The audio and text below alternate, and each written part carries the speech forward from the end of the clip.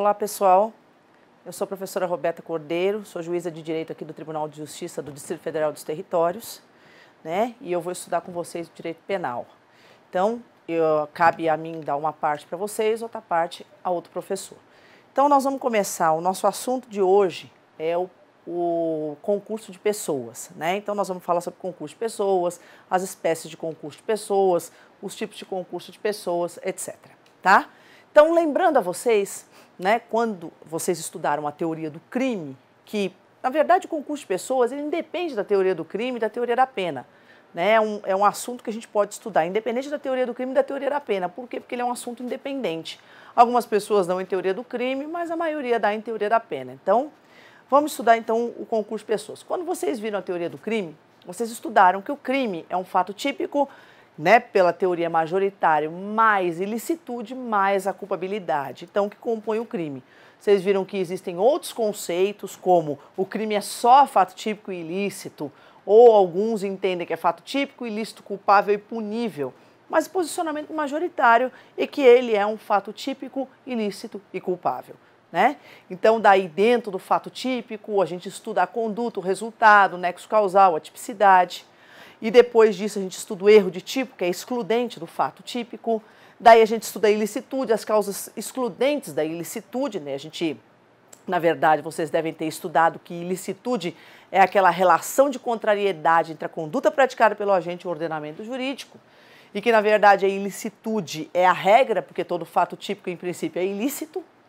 Né? Então, vocês devem ter estudado as excludentes da ilicitude, a legítima defesa, estado de necessidade, estrito cumprimento do dever legal, exercício regular de direito e, por fim, a culpabilidade com seus elementos, suas teorias e suas excludentes. Então, agora cabe a mim dar para vocês o concurso de pessoas. Então, o que vem a ser o concurso de pessoas? Concurso de pessoas, concurso de agentes, concurso de delinquentes. O que é isso? Então, vamos lá, na tela, gente. Então, olha aqui. Eu coloquei um conceito preliminar para vocês de concurso de pessoas e diz o seguinte: ocorre quando mais de um agente pratica um ou mais crimes. Na verdade, o que a gente tem? Muitas pessoas fazem uma confusão entre concurso de pessoas e concurso de crimes, o que na verdade não tem confusão nenhuma. Porque concurso de crimes, quando a gente fala em concurso de crimes, são vários crimes praticados, tá? E aí eu vou estudar ainda com vocês concurso de crimes, né? Só que no concurso de crimes eu tenho que eu posso ter com uma única conduta, com mais de uma conduta, mas eu tenho vários crimes praticados. Daí eu tenho o concurso formal, o concurso material e o crime continuado. No concurso de pessoas, não. Concurso de pessoas não tem nada a ver com crime. Então, o concurso de pessoas, eu tenho que ter pluralidade de agentes, pluralidade de delinquentes. Enquanto que no concurso de crimes eu tenho que ter o quê? Pluralidade de crimes. Então, pluralidade de agentes de delinquentes. Mais de um agente pratica um só crime, ou mais de um agente pratica mais de um crime. Então, eu posso ter a combinação do concurso de pessoas com o concurso de crimes. Então, eu posso ter mais de uma pessoa praticando um só crime ou mais de uma pessoa praticando vários crimes. Tá? Mas o que eu tenho que ter no concurso de pessoas é a pluralidade de agentes. Então, continuando aqui na sequência. Espécies de concurso de pessoas, coautoria e participação. Então, a gente vê que a gente tem duas espécies. Então, olha só, não tem nada a ver com o concurso de crimes. Quando eu falo em concurso formal, concurso material, crime continuado, eu estou lá no concurso de crimes. Mais de um crime, independente de ser um ou mais agentes. Aqui eu tenho o concurso de pessoas. Várias pessoas praticando em coautoria ou participação, tá? Então, vamos lá, continuando aqui. Espécies de crimes quanto ao concurso de pessoas. Eu acho interessante essa classificação, porque às vezes eles colocam em provas, né? Crimes monossubjetivos ou de concurso eventual, plurissubjetivos ou de concurso necessário. O que é um crime monossubjetivo? Um monossubjetivo, um só agente praticando o crime. São crimes que, em regra, são praticados por um só agente, mas que podem monossubjetivos ou de concurso eventual. Eles são normalmente praticados por um agente, mas podem ser praticados por mais de um agente. Exemplo, homicídio, roubo, furto, etc. Extorsão, etc. Então, são crimes que basta que um agente pratique, como o homicídio, como pode ser praticados por mais de um agente. De outro lado, como vocês viram, eu tenho os crimes pluri quer dizer mais de um, plurissubjetivos, mais de um sujeito, ou de concurso necessário, que são aqueles crimes que devem ser praticados por mais de uma pessoa para existir. Tá? Então, uns podem, outros devem ser praticados por mais de uma pessoa. Por exemplo, a antiga quadrilha, que hoje é a associação criminosa, que é a associação de 3 ou mais pessoas com a finalidade de praticar crimes, e eu tenho também a rixa. São os exemplos aí de crime de concurso necessário.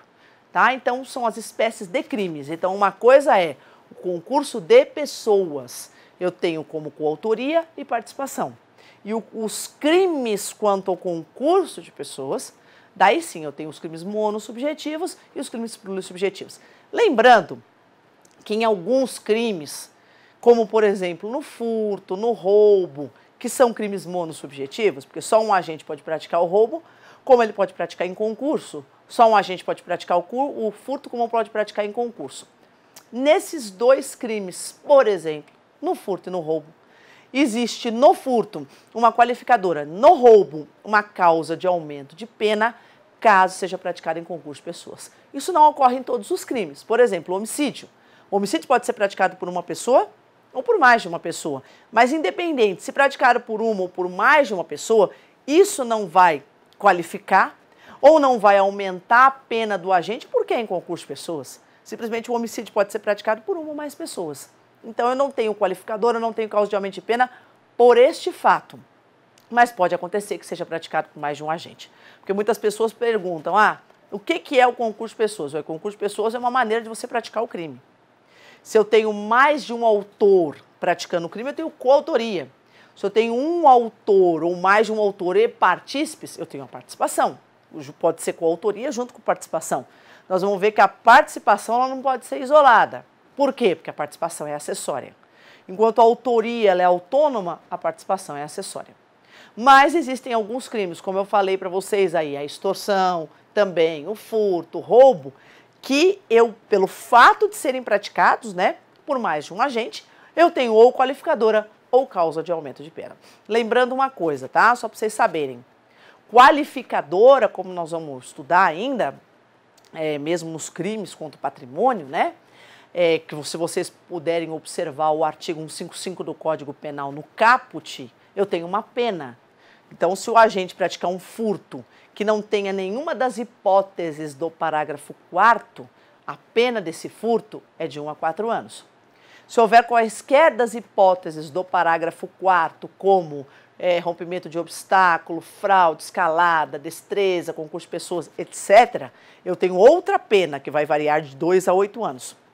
Então, quando eu mudo limites de pena, limite mínimo e limite máximo, eu chamo isso de qualificadora.